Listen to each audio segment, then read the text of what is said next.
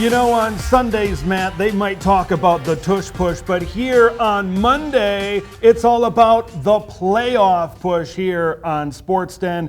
We are in the midst of the boys and girls soccer section tournament in the area. They are pushing for berths into the state tournament, and then you have sports like football and volleyball that are pushing for playoff positioning. It should really say a lot, I think, what we have on this show. Every show this fall, it's led off with football, but we are starting off with some really good soccer matchups in the Section 5 and Section 7 3A tournaments. I know a lot of folks have been following it closely, but not to spoil anything too much, but we're going to have 4 North Metro TV schools programs between boys and girls soccer playing with a trip to the state tournament on the line coming up this week. That's really exciting.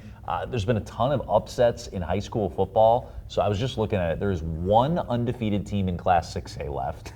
Centennial are right there with 1 loss, and there are 3 left in Class 5A. One of them you might be a little familiar with. We'll get to some football, some volleyball later. As Ted said, soccer is leading off the show because the playoffs began en masse for our area schools. We'll take you to Tuesday night with the 2-seed Centennial hosting the 7-seed Forest Lake. Girls Section 7 3A quarterfinal matchup. First meeting in 3 seasons. The head coach of Centennial, Manny Cobo, the previous head coach at Forest Lake, Alexis Larson, engaging in the attack early, feeds a beautiful cross to freshman Brianna Stuckey off the back post, and after a slow start, the Cougars capitalize in the 25th minute to take a 1-0 lead, Stuckey's 4th of the season. You see one go in, you immediately want another. Please, sir, can I have some more? Dara Akpan off another excellent Alexis Larson pass. The sophomore's 5th straight game with a goal. Less than 4 minutes later, it's 2-0 Centennial. Everybody getting involved on this play for Centennial. Larson to Akpan. Who said it's not easy being green? Kaylin Green makes it look easy. The senior's 5th of the year, and it was 3-0 Centennial. One-time finish. That'll play. 30 seconds left to go till halftime after that Kaylin Green goal, and the Cougars, they weren't done. Akpan providing the width outright. Alexis Larson could not have been more wide open, and after setting up 2 herself, she scores her team-leading 12th of the year. It was 4-0 Cougars at the half. Sharing is caring, kids. Dara Akpan says, you have it. Ella Keeper says, no, you have it. Akpan slots it home, and it's 5-0 Cougars with that 51st minute tally. Akpan's 2nd and 12th this year. It's never a bad time for a great goal. Sophomore Becca Schmidt have a go from downtown, and that deserves a celebration. Forest Lake, just their 6th goal scored all season. Doesn't matter what the score is. It ended 5-1 in a well-deserved final goal. As we were going, getting those opportunities but not finishing them, I knew eventually we'd start putting some in the back of the net because we kept getting a ton of great opportunities. It was just going to be a matter of when we'd finish it first. And I knew as soon as we got the first one, they'd start coming in quick, and that's exactly what happened. So I think just to get that first one really helped us to get our momentum going faster. And, once we got the first one, we got a bunch right after, so. What would you like about Alexis's game tonight? You set her up for at least a couple of those goals here tonight. Yeah, I felt like she was also running in, which made it helpful when the crosses too, and also playing that ball through when making the crosses, passing a nice ball. So I felt that was beneficial in making those goals. Cougars advance to the semis to battle crosstown rival Blaine following a 4-0 Bengal win in the quarters over Coon Rapids on Tuesday night. Get things started in the 11th minute. Emily Peterson feeds a picture-perfect pass ahead of the defense. Nasia Engelman wins the battle for the ball, goes 5-hole right between the legs of the keeper, puts the Bengals on top 1-0. 25th minute, Cougars trying to get on the board. A good Bengals defensive structure forces the Redshirts to take a shot from 20 yards out. That's an easy save. Remains 1-0. A couple of minutes later, Engelman, more like Angle Woman, Nasia taking all of the right angles, dribbling through the Cougar defense, but her shot from distance goes wide. Bengals keeping the pressure on, still 1-0. 30th minute, this was one of the better looks Centennial had. Lily Fernandez firing from 23 yards away. Easy save. It remains 1-0 at the break. Second half, opportunity knocks for the Cougars on a set piece. Great effort by Blaine. Heads it out of the box, and another opportunity here from distance for Centennial, but an easy fair catch type of save there. The second goal starts in similar fashion as the first. An absolute drop in the bucket for Kim Raya.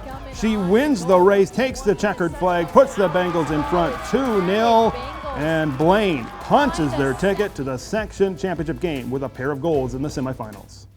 I think we had a great practice yesterday, and I think that really got us prepared for today. I'm just so proud of our team and how far we've come this season. I've got a great staff under me, and they had a great plan, and they helped put that together with what we wanted to do and how we wanted to attack it tonight. And, I give all the credit to the staff and the girls. They executed it. Like Necia said, we had a great session last night. It really was. And I remember I walked out last night, and I just went, we're going to be okay tomorrow. And the girls executed exactly what we want to do. We switched a couple players around. We put a few in different spots, and we got a little bit more defensive. And that came through on the offensive side, too. It allowed us to get forward a little bit and get some goals. And so, yeah, I'm just proud of our staff and our players, and I couldn't ask to be around a better group. It's just an amazing group. After scoring 9 goals in their final 4 regular season games, including a 4-2 loss to Centennial on September 25th, the Bengals have clamped down on defense, outscoring their opponents 6-0 in the section tournament so far. Blaine, boy, they're going to have a tough task traveling up to face Duluth East in the section championship game. The Greyhounds have completely dominated, winning by a combined score of 22-0 in sections. They have scored 5+ goals in a game 6 times this year. They're led by Darby Friday, Lily Kettle, both combining for 54 goals this season. Now, Centennial, they've been a fixture in section title games. This is the first time, I had to do a double take when I read this today. This is the first time since 2013 that the Cougars haven't made it to the section championship game. Centennial finishes with a final record of 8-8-0. They fell in 3 of their last 4 games this season. Jumping to Section 5-3A, number 3 seed Spring Lake Park won 5-0 in the quarterfinals over Osseo on Tuesday, heading to number 2 Maple Grove on Thursday night. We start things off in the 2nd minute with a corner kick from Marissa Weilert. It finds the head of a fellow Panther, just not quite enough mustard on it. Panthers on the prowl early in this one. 5th minute, Crimson put in a lot of pressure on SLP, forced the turnover, and Ava Bakeberg has a great chance, dials up the temperature a little bit too high, burns that chance. Still scoreless. 22nd minute, more from Weilert, advancing the ball to Lainey Jacques, and she puts it on a platter for Nevaeh Griffin, but she comes up empty-handed or maybe empty-footed. 30th minute, 3rd time's a charm for Weilert on this highlight. It takes a couple of passes from her buddies to get her foot on the ball, but once she does, she makes it count. A floater of epic proportions puts the Panthers in front 1-0 at the halftime break on the west side. Right off the kickoff in the second half, Journey Okwar takes, a journey of her own through the SLP defensive unit, but Brooke Gorsh is in great position to keep the Panthers' advantage intact. In the 50th minute, Panthers looking for crimson-colored blood. Weilert delivers a pass just a little too strong in front of Jacques, but the field remains tilted in favor of the blue and white. Time and opportunities continue to tick by for MG. Okwar gets an opportunity in front of the net to tie the game, but Gorsh once again slides in there to keep the status quo. More pressure. Can the Crimson turn it into a diamond? Mackenzie Lowe chases the long ball down before colliding into Gorish here. The ball squirts free before it's deflected off the chest of Gorish. She gets tangled up with Bakeberg, and the best Crimson chance goes by the wayside, does not result in a goal. The Panthers hold off Maple Grove in a tough, hard-fought win, 1-0, and they finally break through to the Section 5 championship and knock off Maple Grove. It feels great. I mean, we fell to Maple Grove the past 2 years in section, so it feels great to finally come on top, especially with this game being away. And coming into this game, I knew from watching film from our previous conference game that they played a lot of through balls and crosses, so I just knew to stay off my line and stay on my toes and be ready for those balls. I feel like normally, especially last year, we were more of a second half team, and this year, being able to put goals in the back of the net in the first half has really done great for us. We get hype at half and we keep that energy up. Feels fantastic. I know we get there every year. We get so close. Something really important to me. It's my senior year, so I definitely just want to make the best of it, put everything out there on the field, and just see what we can do. Here's some alliteration for you. Matt, as Marissa said, the Maple Grove Monkey is off the back finally of the Panthers. Spring Lake Park lost the last 2 seasons in the section championship game to the Crimson. And SLP, this is another team that has had a lockdown defense late in the season, forcing shutouts in their their last 4 games. Ironically, the last team to score in SLP was back on September 27th when this Maple Grove team beat Spring Lake Park 2-0. So they're finally able to advance past that battle that they've had with that team out of the Western Metro. Spring Lake Park started the season 0-4-1. Since then, they've won 10 of their 12 matchups, and when the Panthers win, they do it with defense. They've never allowed more than a single goal in these games to their opponents when they come out victorious. Panther Stadium will host the Section 5 championship game tomorrow night when the Spring Lake Park Panthers host number 4 seed Mounds View. The Panthers and Mustangs tangled 9 days ago when the Red and Blue topped the Stangs 2-0, Matt.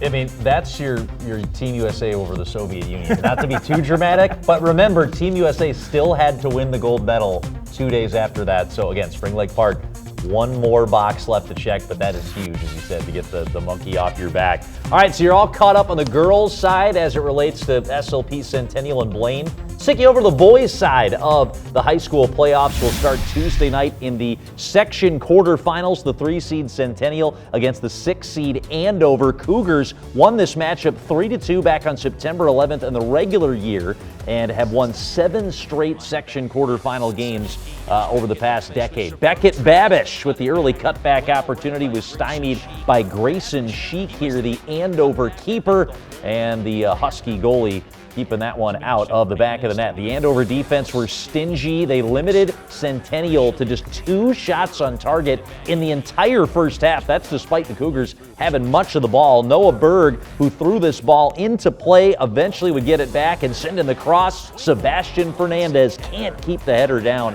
and another shot off target here for the Cougars in an active first half for Centennial on this side of the field. Beckett Babish swings it in. Loose ball falls to Logan Garcia, and he can't find the best scoring opportunity to have for Centennial. A talented goal scorer, just unable to come up in the big moment there. Centennial controlling the flow of this game. There was seldom even a touch in the opposition's box for Andover. Collison Okoye, number 7, a talented attacker there, didn't have many chances, and it was a scoreless game because of it at the half. More good defense, but this time from Centennial. A good solid clear on a free kick opportunity for Andover. The game would change though in the 53rd minute. Loose ball in the box. Babish with a shot. It's blocked and it falls to Yassine Abdelaziz. The junior breaks the deadlock with 27 minutes left to play. 1-0 Cougars on Abdelaziz's 5th of the season. And then 12 minutes later, Logan Garcia, great dribbling here to cut it back to Beckett Babish, who scores a dagger. Seniors team leading 13th of the season,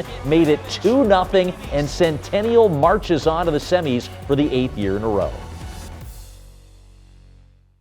What was the halftime talk that helped you make this happen?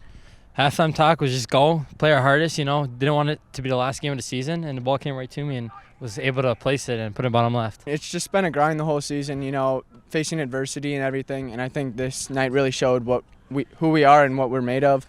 Shout out Yassine, finding the back of the net, getting it rolling, and then I knew we had one more in us and just had to slide it, and that was pretty much it.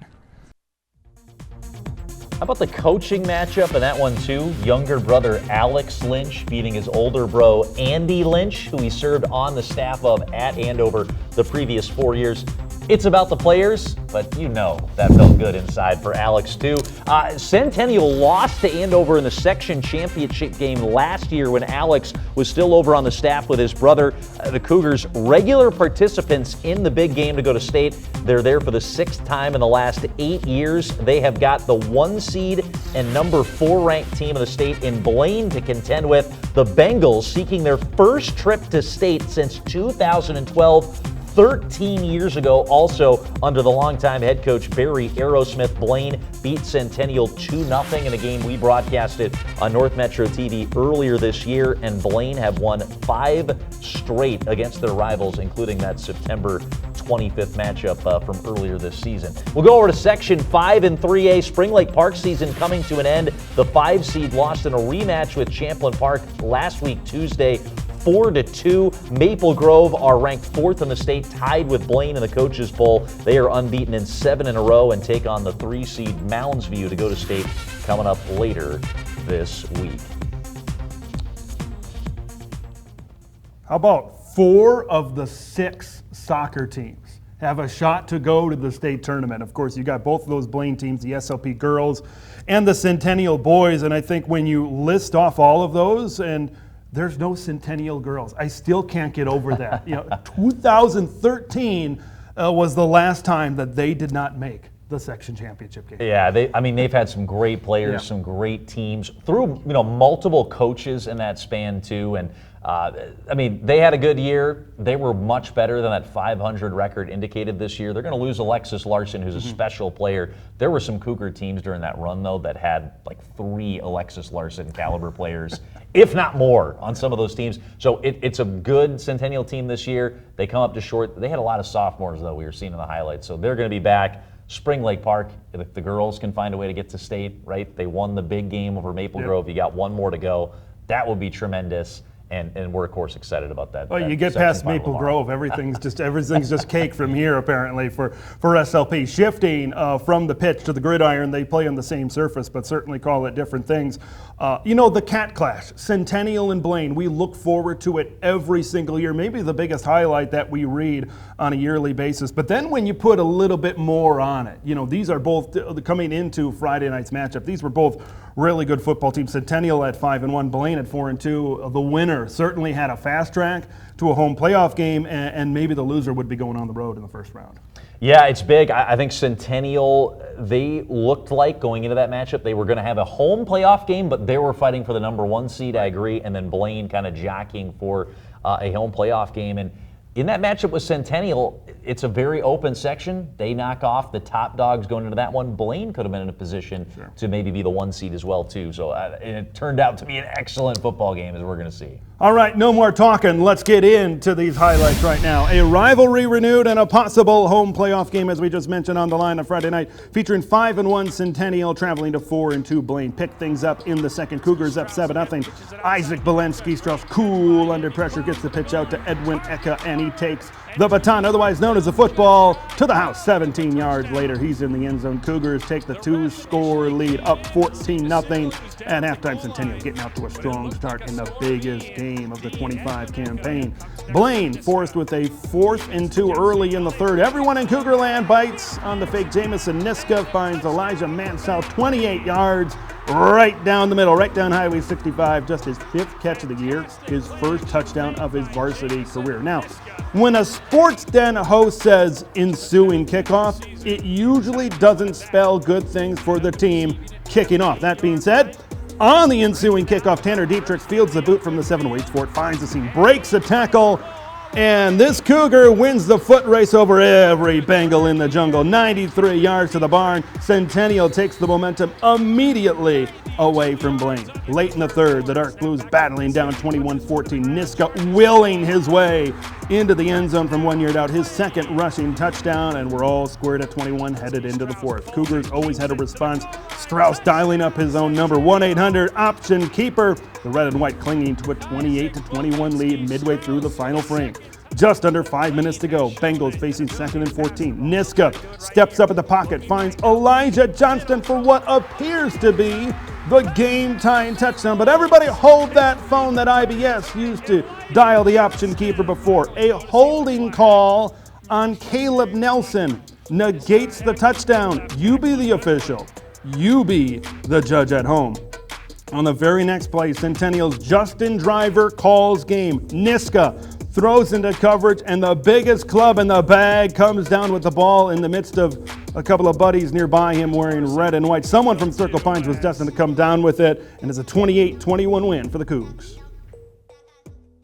I think we just knew that there's never a game that we're out of. It doesn't matter what happens. I mean, we kind of thought that there was a little bit of iffy stuff that was happening, but we just had to keep pushing, and we knew that if we just keep doing our thing, our defense is going to get us at some point, and they did. I mean, I can't stress enough, it was a team effort, man. I mean, all of us all working together, the communication was key tonight. All relaying in the calls, staying under guys, and just trusting each other. It has to feel extra special given that you're a senior to get a win over a rival like Blaine. I mean, it feels great, man. Our coach was talking about how it was a battle for Applebee's, and we took that, baby. Heading to Class 5A. We don't have as snappy of a name as the Battle for Applebee's, but it was second-ranked Spring Lake Park football traveling to Buffalo. We pick up the action in the first quarter. Lamari Brown, a snappy player. How about a house call? 42 yards for the senior's 7th rushing touchdown of the season. He needs one hole. He makes one move. He's gone. 7-0 Spring Lake Park. Just over 4 minutes remaining in the first. Late second quarter, SLP knocking on the door. Nolan Roach with the QB keeper in the triple option. He'd score from 6 yards away. His 6th rushing touchdown of the season, 14-0. And Roach has got the arm too. Colin Welch goes up and gets it. And have yourself a nice Welch's juice box and an orange slice on the sideline. Colin, you've earned it. 19-yard score. Panthers led 21-0 at the break. Bisons wouldn't score till there were 56 seconds left in the third. Grant Benson to Hendrick Gatz made it a 2-score game, but SLP's defense come up big again in a 21-7 win. Spring Lake Park remains undefeated, and Centennial winning, improving to 6-1. I'll take that 2 for 20 on the way to win number 6. They take home the Applebee's in that one. That's one of the greatest lines that I've heard since I've been here. Certainly had a lot on the line in that matchup. But as we look forward, the final week of the regular season, of course, with MEA, all of these games will take place on Wednesday, and we've got some northwest suburban battles in these other sports, these North Metro battles. Blaine going on the road to Andover. Andover is that one in Centennial, 6-1 right now. Anoka, tough task going on the road to Cougar Stadium. Yeah, look at this. I mean, Centennial tied for 4th in the state in last week's poll. They could be moving up with a couple of big powers in 6A going down this week, including Minnetonka. You can't overlook a winless team in Anoka. That's going to be the challenge for Centennial coming to the week. Andover has transitioned really nicely to 6A this year. Both their losses by 1 possession, including last week to Osseo. So they're going to be coming in motivated in that one. And then Spring Lake Park hosting Brainerd, a team that have lost 4 in a row and the last 3 by 20 or more. That's going to be a hungry team. Spring Lake Park aren't going to have a ton to play for, but they want to play for that 8-0 regular season. So we've got volleyball as well to get to. I mean, more football coming up. That will quickly be into the playoffs. As you mentioned, the MEA week, all those games you saw coming up Wednesday night.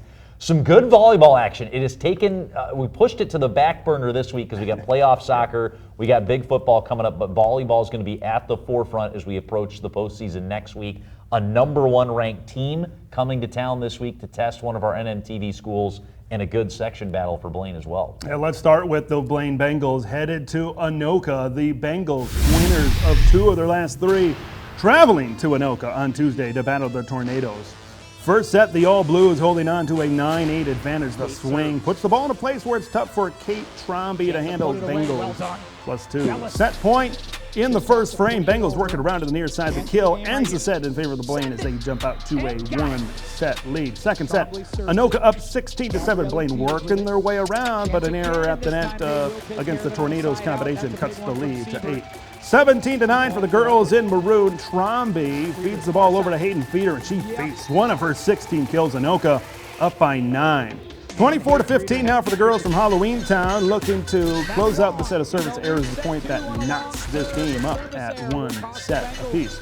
Third set now, Tornadoes leading by the slimmest of margins. A great setup, and then it's very simple. Hit it where they ain't. Bengals tie it up at 11 back in 4th set.